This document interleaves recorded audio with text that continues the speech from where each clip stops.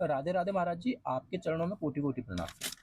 महाराज जी, भक्ति जीवन को सरल बनाने के लिए है या भगवत प्राप्ति के लिए? भक्ति वास्तव में बहुत ही जीवन उपयोगी चीज़ है।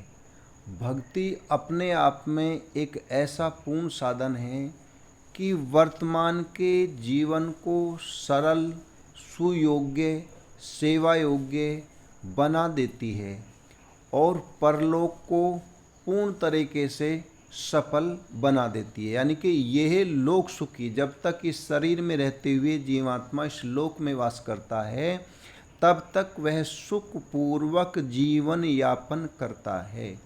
और यदि वो निरंतर भक्ति करता रहता है तो अपना जीवन तो सुख शांति पूर्वक वह बिताएगा ही, उसके संपर्क में जो आता है वह भी सुख शांति से पूर्ण हो जाता है। यह तो हमारे जीवन में भक्ति का इतना बड़ा योगदान है कि अगर ये कहें कि इससे बढ़ के दूसरी कोई इतनी सुख प्रदान करने वाली, भगवान से प्रेम प्रदान करने वाली, जीवन को रहस्यमय आनंदमय तरीके से जीवन जीने में सहयोग करने वाली दूसरी और कोई इस प्रकार की साधना इतनी करने में सरल और फल में उत्तम दूसरी कोई नहीं हो सकती। तो वर्तमान जीवन में भी भक्ति का पूर्ण लाभ होता है और परलोक में भी इससे बढ़कर दूसरे किसी अन्य साधन का लाभ नहीं हो सकता। बोलिए राधा कृष्ण भगवान की जय। राधे राधे महाराज जी, आपके चरणों में कोटि कोटि प्रणाम। महाराज जी, भक्ति करने के दो परम लाभ क्या हैं? हाँ, तो भक्ति करने के सबसे बढ़कर परम लाभ तो ये है कि जैसे हमारा जो जीवन है ये एक क्षणभंगुर बताते हैं संत महापुरुष। क्षणभंगुर, क्षणभंगुर का मतलब होता है कि पता नहीं पानी कैसा बुलबुला ये मानव की जात, और देखती छुप जात है जो तारा प्रभात। तो भक्ति का पहला परम लाभ ये है कि इस क्षणभंगुर शरीर में रहकर, नश्वर संसार में रहकर जो कोई श्रद्धा भक्ति विश्वास और प्रेम पूर्वक भक्ति करता है तो जहाँ तक वो भक्ति कर लेता है किसी भी घटना के घट जाने से भक्ति कभी न्यून नहीं होती, और न्यून यानी कि उसमें कमी नहीं आती। हमारे शरीर के साथ कोई भी घटना घट जाए तो वह भक्ति हमारी न्यून यानी कि कमी नहीं आ सकती उसमें। और उसके साथ साथ ही भगवान भक्त का इतना ध्यान रखते हैं, इतना ख्याल रखते हैं कि यदि हमारा शरीर भी किसी कारण से ना रह पाए तो भक्ति कम नहीं होगी। और भगवान गीता जी में कहते हैं कि उसको मैं अगले जन्म में जहाँ से उसकी भक्ति छूटी है वहीं से दूसरा जन्म देता हूँ और दे करके वहीं से उसकी भक्ति का शुरुआत कर देता हूँ, आरंभ कर देता हूँ। तो ये परम लाभ है। अन्य किसी भी साधन में ये सामर्थ्य नहीं है कि जो अगले जन्म में हमें उसका कोई लाभ प्राप्त हो सके। तो पहला परम लाभ कि हमारी भक्ति जितनी जहाँ तक भी भक्त कर लेता है वो कमी नहीं होती, घटती नहीं, पहला परम लाभ। और दूसरा परम लाभ ये है कि जैसे माता पिता अपने बच्चे का हर समय ख्याल रखते हैं ऐसे ही भगवान अपने भक्त का हर समय ख्याल रखते हैं कि जब तक वह भगवान के धाम में पहुंच नहीं जाएगा, चाहे कई जन्म ही क्यों ना लग जाए, कि उसको अन्य पथ विचलित यानी कि योग भ्रष्ट जिसे कहते हैं वो गति भगत की नहीं हो सकती। भगत को भगवान अपने देख रेख में रखते हैं, चाहे शरीर ही क्यों ना बदल जाए उसे पुनः पूर्ण की पूर्ण भक्ति देते हैं। तो पहला परम लाभ कि यह शाश्वत है, भक्ति का फल शाश्वत है। और दूसरा परम लाभ है कि भगवान की प्राप्ति अवश्य ही होती है, होती है, होती है, भगवान के धाम की प्राप्ति होती है। ये भक्ति का दूसरा परम लाभ है। राधे राधे महाराज जी, आपके चरणों में कोटि कोटि प्रणाम।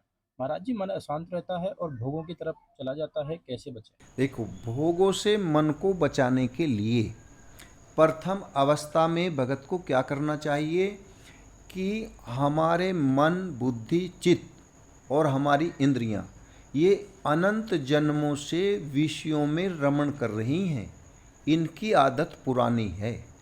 तो एक पुरानी और गंदी आदत को छुड़ाने के लिए हमें दूसरी अच्छी आदत को सीखना पड़ेगा और सीख करके अच्छी आदत के शरण होना पड़ेगा, यानी कि उसे महापुरुषों के अनुसार हमें उसको बर्ताव में लाना पड़ेगा।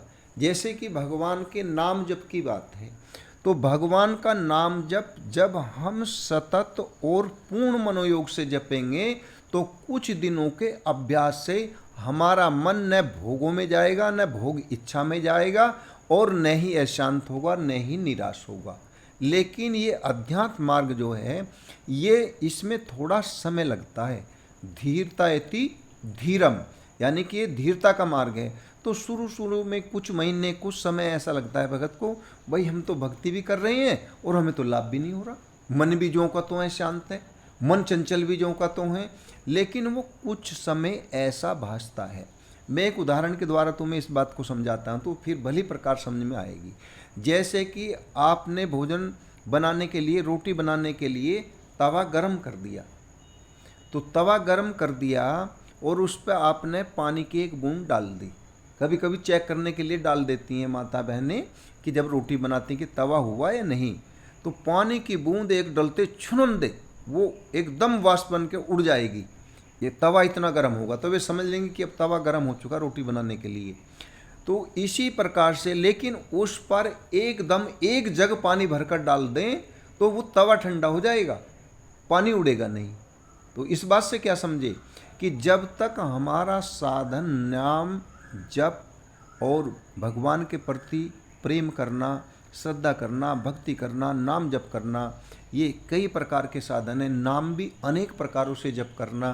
तो ऐसा करने से क्या होगा, शुरू में जब हमारा कम समय का नाम जप होता है तो जो हम आध्यात्मिक लाभ उसका होता है, क्योंकि विषयों में रमण करने की मन की पुरानी आदत है, तो वो थोड़ा सा साधन उसे ऐसा लगेगा कि जैसे हमने साधन किया ही नहीं, मन ज्यों का तो चंचल रहेगा, तो उसे लगेगा कि भाई भक्ति का तो कोई लाभ नहीं है। लेकिन वास्तव में लाभ है। लाभ तो केवल एक बार बोल दिया राधे श्याम, इस एक बार बोलने का भी इतना लाभ है कि पूरे दिन वर्णन नहीं हो सकता। एक बार नाम उच्चारण करने के कितने लाभ होते हैं। तो इस प्रकार से लाभ तो हुआ, लेकिन अभी चंचलता, तमोगुण, रजोगुण ज़्यादा है। तो तमोगुण और रजोगुण को घटाने के लिए, मन को शांत करने के लिए हमें क्या है कि लंबे समय तक सात्विक आहार करना चाहिए। और भजन, श्रद्धा, भक्ति, विश्वास, क्यों विश्वास जरूरी है कि ये फल जो हम सुन रहे हैं सत्संग के माध्यम से, ये हमें अवश्य प्राप्त होगा, बस ये विश्वास कर लो। तो एक दिन निश्चित ही आपका मन शांत हो जाएगा, भोगों से और भोग इच्छा दोनों से रहित हो जाएगा। बोलिए राधा कृष्ण भगवान की जय। राधे राधे महाराज जी, आपके चरणों में कोटि कोटि प्रणाम।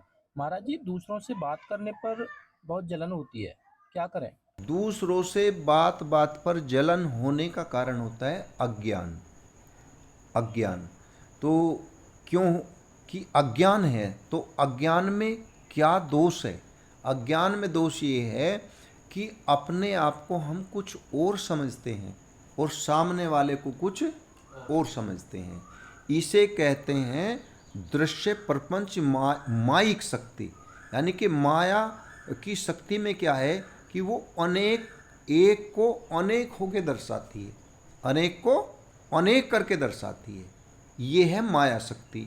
और भगवान का जो शुद्ध ज्ञान है वो अनेक को एक करके दर्शाता है, अनेक को एक करके दर्शाता है।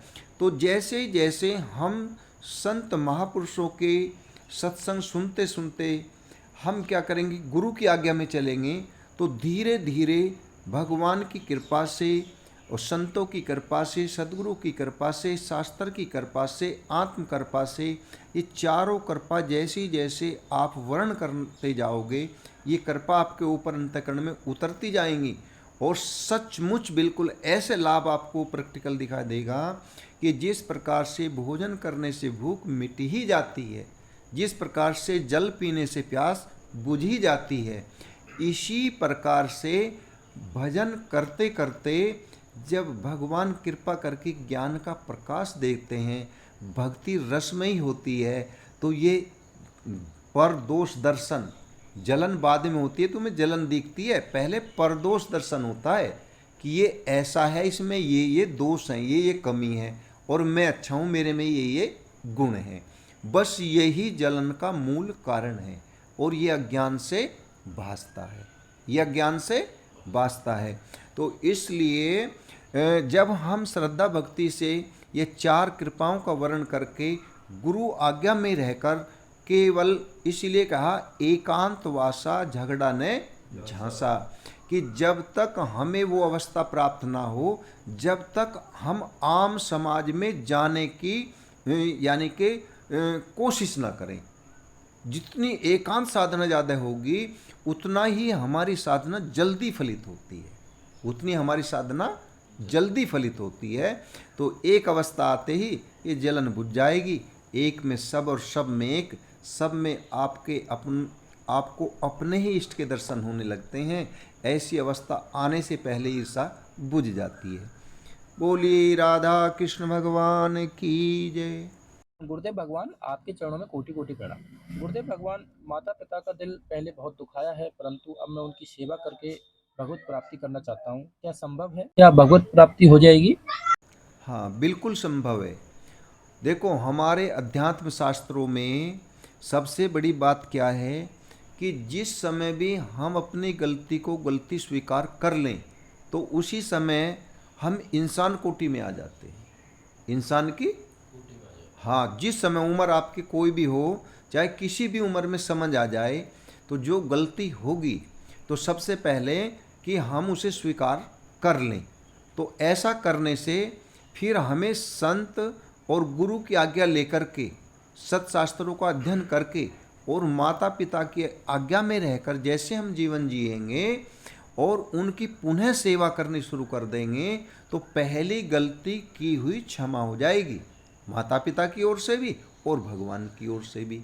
और दूसरा, हमें क्या थोड़ा सा सावधान होना पड़ेगा कि हमें प्रायश्चित करना पड़ेगा। जो पहली गलती हो चुकी, तो गलती से पाप बनता है, और प्रायश्चित पाप को खा जाता है, प्रायश्चित पाप को खा जाता है। तो ये डबल लाभ मिलता है साधना का। कैसे कि एक तो हरि नाम जप करने से, साधना करने से, भक्ति करने से यानी कि पुण्य बढ़ते हैं और पाप नष्ट होता है, और एक प्रायश्चित पाप को खा जाता है। तो पाप को नष्ट करने के दो साधन हो गए आपके पास, और भक्ति भाव भजन हो गया। तो इससे आपको बहुत कम समय में आपकी उन्नति हो जाएगी। तो प्रायश्चित, अब हम आपको ये बताएं कि प्रायश्चित किसे कहते हैं, या सबसे बड़ा प्रायश्चित क्या होता है। तो सबसे बड़ा प्रायश्चित होता है कि जो गलती आपने एक बार कर ली और अब भगवान की कृपा से आपको पता लगा कि हम में ये गलती है और वो गलती त्याग दी, तो दोबारा कभी उस गलती का न करना सबसे बड़ा प्रायश्चित कहा जाता है, सबसे बड़ा प्रायश्चित कहा जाता है। तो अगर ये आप ध्यान रखेंगे, कोई भी जो भी वीडियो सुनेंगे, सत्संग सुनेंगे, तो सत्संग श्रवण में यही आप यदि बहुत कम समय में और अपने साधन का बहुत जल्दी फल प्राप्त करना चाहते हैं, तो आप प्रायश्चित को अपनाएं। प्रायश्चित से कि दोबारा गलती न करना, इससे बढ़कर संसार में दूसरा कोई प्रायश्चित नहीं है। अनेकों प्रकार के प्रायश्चित हैं। तो उससे क्या लाभ होगा कि आपको साधना का लाभ मिलेगा और प्रायश्चित करने का बहुत ज़्यादा लाभ मिलेगा, और उसका फल तत्काल वर्तमान में आप ये देखोगे कि आपके रूठे हुए माता पिता खुश हो जाएंगे, और आपका घर भी खुशी और आनंद से भर जाएगा। और जो आपको पास देखना नहीं चाहते थे, दूर दूर रहना चाहते थे, बोलना नहीं चाहते थे, वे आपके पास रहने लगेंगे, आने लगेंगे और आपका सम्मान करने लगेंगे, और आपको इतने लाभ हो जाएंगे कि आप सोच नहीं सकते कि मेरा जीवन ऐसा हो सकता है। बोलिए राधा कृष्ण भगवान की जय। गुरुदेव भगवान, आपके चरणों में कोटि कोटि प्रणाम। गुरुदेव भगवान, क्या माता पिता के कर्मों का फल बच्चों को मिलता है? हाँ, इसमें पूर्णतः तो नहीं कह सकते, लेकिन हमारा जो जन्म माता पिता, जिन माता पिता से होता है, जिस परिवार में होता है, तो वो हमारा पूर्व तरीके से भगवान के द्वारा सुनियोजित है। यानी कि ये ऋणबंदी संसार है। जिस बच्चे का जिस माता पिता पर ऋण होता है, तो इसमें भी कई प्रकार होते हैं। कोई माता पिता के ऋणी होते बच्चे और कोई बच्चों का ऋणी होता है माता पिता। तो इसीलिए आपका उस परिवार में जन्म हुआ तो आपको इसमें ज़्यादा नहीं जाना। क्यों? क्योंकि यदि हम अपने लक्ष्य से अलग जाएंगे तो आपको हानि होगी, आपको हानि होगी। क्यों हानि होगी? केवल जीवन बहुत अल्प है और बुद्धि भी अल्प है और शरीर पूर्ण स्वस्थ नहीं है, रोगी है। और कलयुग में अल्पमति, अल्पायु और शरीर रोगी, ये सुखदेव मुनि जी ने राजा परीक्षित को भागवत सुनाया था, अमर कथा सुनाई थी, उसमें निश्चित भविष्यवाणी कर दी थी, जो कि आज आप देख रहे हैं। मौके पर किसी भी आदमी से बात करिए आप, चाहे वो जवान हो, वृद्ध हो, कोई भी हो, वो किसी न किसी रोग से ग्रसित होगा, उसे कोई ना कोई शारीरिक परेशानी होगी, उसका मानसिक संतुलन ठीक नहीं होगा, मन में चंचलता अवश्य होगी, शरीर रोगी भी जरूर होगा और मति भी पूर्ण जितनी खुलनी चाहिए उतनी नहीं खुल पाएगी। तो इस कलयुग में केवल मनुष्य के लिए इतना ही है कि जितना अपने लक्ष्य के अनुरूप देखना, लक्ष्य के अनुरूप जानना और अपने लक्ष्य को प्राप्त करना। तो लक्ष्य क्या है कि आपका कोई भी संबंध है कि वर्तमान में वे आपके माता पिता और आप उनकी संतान हैं और उनका सेवा का दायित्व आप पर है और आप उनके ऋणी हैं, आप उनके ऋणी हैं। तो उससे मुक्त होने का एक ही उपाय है कि आप खूब मनोयोग से उन्हें भगवान रूप मान करके उनकी सेवा जितनी ज़्यादा से ज़्यादा करेंगे उतना ही जल्दी उनके ऋण से उऋण हो जाएंगे। और जो आपका भजन है, सेवा तो आपको उनके ऋण से उऋण कर देगी, और जो आप भजन करोगे वो भजन के प्रभाव से और भगवान की प्रसन्नता से आपका ये लोक और परलोक दोनों ही सफल हो जाएंगे।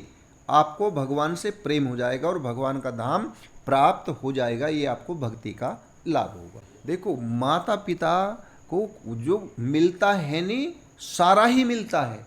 सारा कैसे मिलता है कि देखो, माता पिता जो भी कर्म करते हैं अपने उसमें बच्चों के प्रकट होने के बाद में, तो वे अंदर से बच्चा नहीं उस बात को समझ पाएगा कि वो जो भी करते हैं वो बच्चों की हित की ही भावना से करते हैं। और चल अचल दोनों ही संपत्ति, आध्यात्मिक और भौतिक दोनों ही संपत्तियों का मालिक बना के जाते हैं। तो वो लाभ मिलता है उनको, माता पिता का बच्चों को। कैसे? अब तुम्हें उदाहरण से ही समझाएंगे कि जैसे जो उनकी चल अचल संपत्ति यानी कि मकान दुकान आदि और जो भी उन्होंने धन कमा रखा उसे भी चोरी नहीं करके जाएंगे, बच्चों को ही दे के जाएंगे, बता के, चाहे टाइम के टाइम बताएं। तो ये तो उनका वैवाहिक जगत में भी उन्होंने अपना आप को ही देना है। और अब से पहले आपने बहुतों का पड़ोस में देखा होगा।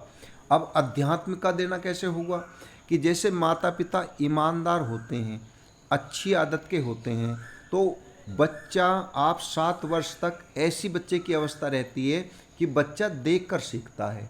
तो जब आपके माता पिता ने अच्छे कर्म किए तो वही संस्कार आपके अंदर आए। तो जो आपके अंदर आए संस्कार, उन्हीं से आपका अच्छा संग बना, और अच्छा संग बना तो आपको अच्छा सत्संग का लाभ मिल रहा है, संतों का लाभ मिल रहा है। तो ये आपके माता पिता की ही देन है संस्कार के रूप में। तो आप उनकी आध्यात्मिक धन के भी यानी कि उत्तराधिकारी हो गए, और आप उनके भौतिक जगत में जो धन है स्थूल रूप से उसके भी आपको ही देकर जाते हैं। तो माता पिता का अध्यात्म लाभ भी बच्चे को मिलता है और भौतिक जगत का लाभ भी बच्चे को मिलता है। माता पिता कर्म करते हैं वो माता पिता को फल मिलेगा, और जो बच्चे कर्म करते हैं वो बच्चे को फल मिलेगा। राधे राधे महाराज जी, आपके चरणों में कोटि कोटि प्रणाम। महाराज जी, भक्ति और साधना छुपानी चाहिए तो क्या कंठी और तिलक ना लगाने से चल जाएगा? नहीं चलेगा। हमें क्या है, अपनी मनमर्जी से साधना नहीं करनी। हमें साधना करनी है इसमें शास्त्रों की आज्ञा और गुरुजनों की आज्ञा, संतों की आज्ञा। जैसे कोई लज्जा के कारण कंठी धारण न करे और तिलक न लगाए, तो उससे हानि क्या होगी कि हमारे धर्म के शास्त्रों में ये लिखा हुआ है कि यदि कोई बिना तिलक किए भजन करता है तो उसका सारा भजन का फल यानी कि निष्क्रिय हो जाता है, मिलता ही नहीं। अब फिर कहोगे आप कि हमने तो कई महीने से भजन करे जी, हमें फायदा ही नहीं हो रहा जी। तो इसलिए यानी कि तिलक धारण करना और कंठी धारण करने का मतलब है कि संसार में इतने लोगों की भीड़ है, आप अंदर और बाहर से भगवान के हो जाना, यानी कि भजन तो बहुत करते हैं लेकिन लाभ सबको नहीं होता, बराबर लाभ नहीं होता। कारण कि भजन का लाभ उसे पूर्ण होता है जो भगवान का होकर भगवान का भजन करता है, जो भगवान का होकर भगवान का भजन करता है। भगवान को तो लगभग बहुत लोग मानते हैं, मुश्किल से पूरी दुनिया में 10% लोग नास्तिक होंगे, 90% भगवान को मानते हैं, तो वे सब भगत नहीं हो जाते। तो भगत कौन होते हैं? भगत वे होते हैं जो भगवान को तो मानते ही हैं लेकिन भगवान की बात को भी मानते हैं। जो भगवान हमें आज्ञा देते हैं तो उस हम बात को माने, उस हम बात को माने। जब भगवान का होकर भगवान की आज्ञा मानकर तब हम जीवन जिएंगे, तब हमें भक्ति का पूर्ण लाभ प्राप्त होता है। जो आप कह रहे हो उसे कहते हैं मनमानी साधना, मनमुख साधना, और एक होती है गुरुमुख साधना। बस सीधी सी बिना कहे ये समझ लेना कि जब हमारे गुरुजी भी तिलक लगाते हैं तो हम भी तिलक लगाएंगे, जानकारी हो या ना हो तिलक शुरू करो। हमारे गुरुजी माला पहनते तो हम भी माला पहनेंगे। और ये एक समाज को बहुत बड़ी शिक्षा भी मिलती है, आपकी जाति और आपका कार्य भी निश्चित हो जाता है इस चीज़ से। समाज बिना बताए आपको समझ लेंगे लोग कि ये पूजा पाठी हैं भाई, ये भगवान के बंदे हैं, ये भगवान के भगत है, ये भगवान के भगत है। तो देखो, जैसे कि अब उदाहरण के द्वारा आप ये समझेंगे विस्तार से, जिससे आपके अच्छी समझ में आ जाए। कोई भी बच्चे आजकल जैसे नौकरी करते हैं, कोई पेट्रोल पर जाता है, लगभग 10,000 रुपये महीने का उसे वेतन मिलता है, लेकिन पेट्रोल पंप वाला उसे अपनी वर्दी पहना के खड़ा कर देता है। क्यों? उसने केवल हमारे एक महीने में 10,000 रुपये धन का अभाव दूर किया, केवल 10,000 रुपये। कोई बच्चा किसी भी फोर्स में भर्ती होता है, 50,000 रुपये वेतन होता है, और उसे सरकार ट्रेन का मतलब क्या है कि जैसे तुम मनमुख जीवन जी रहे थे अब तक, अब ऐसे नहीं जी पाओगे, जैसे सरकार चाहेगी वैसे ही उसको जीवन जीना पड़ेगा। जो वस्त्र सरकार पहनाएगी उसको वही वस्त्र पहनने पड़ेंगे। तो तब पता लगेगा, पूरे समाज को, जनता को पता लगेगा। अगर वो अकेला भी भरे बाजार से जाएगा तो पता लगेगा, अरे ये तो भाई सरकारी सिपाही जा रहा है, ये तो मिलिट्री का जवान जा रहा है, और ये तो पेट्रोल पंप वाला है। तो किसने बताया? उसकी वेशभूषा ने। इसी प्रकार से अब आप देखिए कि भौतिक जगत में तो केवल धन देकर, एक धन के बदले में आपको नियमों में बांध दिया जाता है, और भगवान तो हमें धन तो धन, वे तो अपने आप को ही दे डालने के लिए तैयार हैं, अपना सब कुछ देने के लिए तैयार हैं। तो एक विधि का विधान है कि जो कोई भगवान को अपना सर्वस्व समर्पण करने के लिए तैयार है और कर सकता है, भगवान भी पूर्ण उसी के हो सकते हैं। क्योंकि ये मैं नहीं कह रहा, ये गीता का वचन है कि मुझे कोई जिस प्रकार भजता है मैं भी उसको उसी प्रकार भजता हूँ। राधे राधे महाराज जी, आपके चरणों में कोटि कोटि प्रणाम। महाराज जी, पवित्र शरीर अपवित्र कैसे होता है और अपवित्र शरीर को पवित्र कैसे बनाएं? देखो, वास्तविकता में अध्यात्म भाषा के अनुसार तो ये शरीर अपवित्र ही है, सबसे पहले अपवित्र ही है ये।